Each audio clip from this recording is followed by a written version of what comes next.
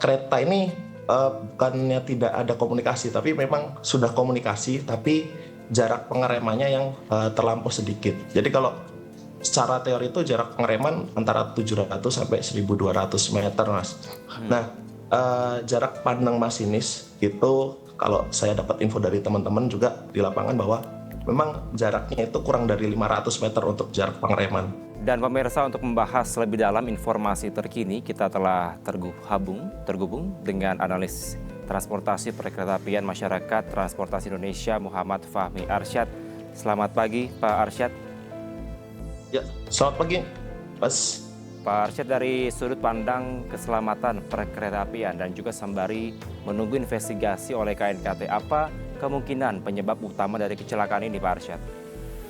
Ya, kalau kita lihat apa penyebab utama dari kecelakaan semalam adalah kita tetap belum bisa menyimpulkan ya, Mas, karena memang ini ada beberapa rangkaian yang terjadi dari kecelakaan atau taksi yang tertemper, kemudian kereta yang harus berhenti darurat, kemudian antrian KRL kemudian disusul oleh Argo Bromo Anggrek yang menabrak dari belakang, begitu, Mas.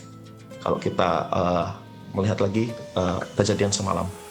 Oke, tapi beredar di media sosial ada taksi yang berhenti di depan kereta dan juga ini banyak spekulasi yang mengatakan bahwa ini merupakan penyebab utama. Tanggapan Anda?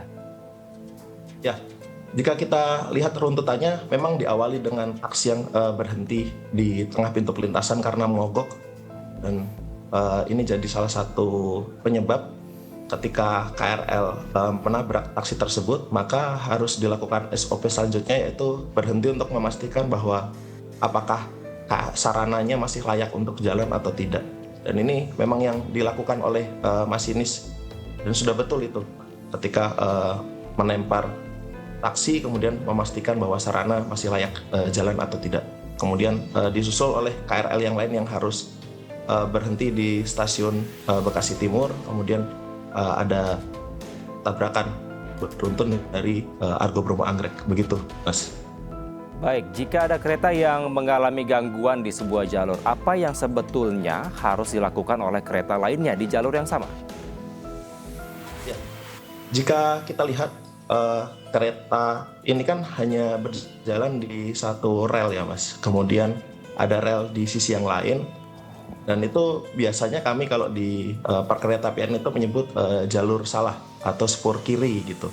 Nah, ini biasanya dilakukan tapi dengan kondisi yang sangat darurat dan penuh kehati-hatian, Mas. Kayak seperti kecepatan kereta dibatasin, seperti itu. Kemudian dari sisi kereta wajib membunyikan klakson atau semboyan 35 gitu. Cuman memang itu dilakukan ketika benar-benar kondisi darurat dan penumpukan kereta yang sudah sangat banyak seperti itu. Tapi jika kejadian seperti semalam, memang selanjutnya adalah antrian kereta yang memang harus dilakukan seperti itu untuk menunggu proses evakuasi.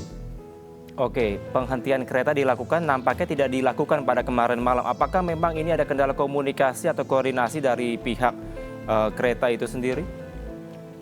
Ya, kalau kita lihat lebih jauh, Mas, itu memang ada beberapa efek ya, Mas, jadi yang memang timbul. Jadi kalau kita lihat kereta ini bukannya tidak ada komunikasi, tapi memang sudah komunikasi, tapi jarak pengeremannya yang terlampau sedikit. Jadi kalau secara teori itu jarak pengereman antara 700 sampai 1200 meter, Mas.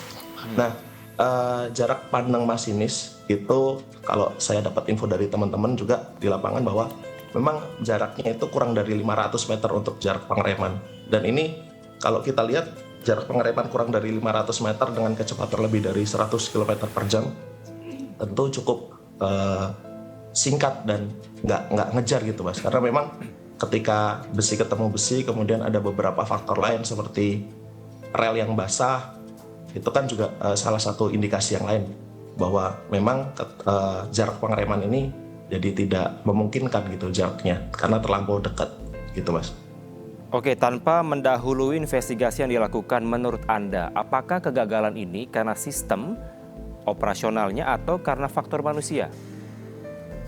Ya, Kalau kita tetap memang harus menunggu dari KNKT Mas untuk investigasinya. Tapi kalau kita lihat memang sistem atau manusia itu sebetulnya antara sistem sama manusianya memang mungkin harus dimaksimalkan lagi Mas. Kalau dari sisi manusia mungkin bisa ditambahkan dengan peralatan-peralatan seperti ATP mungkin untuk membantu sistem pengereman supaya bukan hanya mengandalkan si masinis gitu, tapi ada bantuan dari sistem computerized gitu.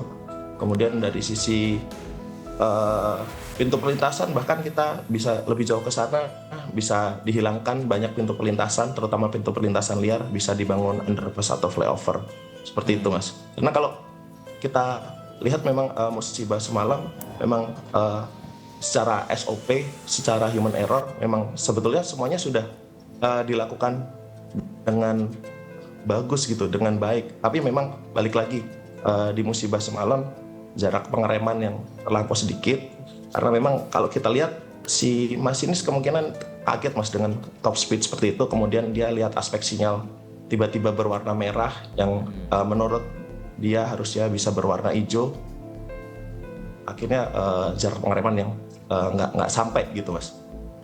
Oke, tadi Mas Arsyad, ini juga Presiden menyambangi di RSUD Kota Bekasi yang juga memberikan perhatian ada sebanyak 1.800 titik perlintasan liar yang ini perlu diperbaiki dan juga dievaluasi. Apakah memang masih buruknya sistem perlintasan kereta api kita atau seperti apa menurut Anda? Ya, kalau kita lihat seperti ini Mas, terutama di area Jabodetabek ya, yang memang keretanya sangat padat, itu kan banyak developer itu yang membangun perumahan di area pinggir yang dulu sebagai area penopang, sebagai kota satelit, sekarang dibangun banyak perumahan di sana.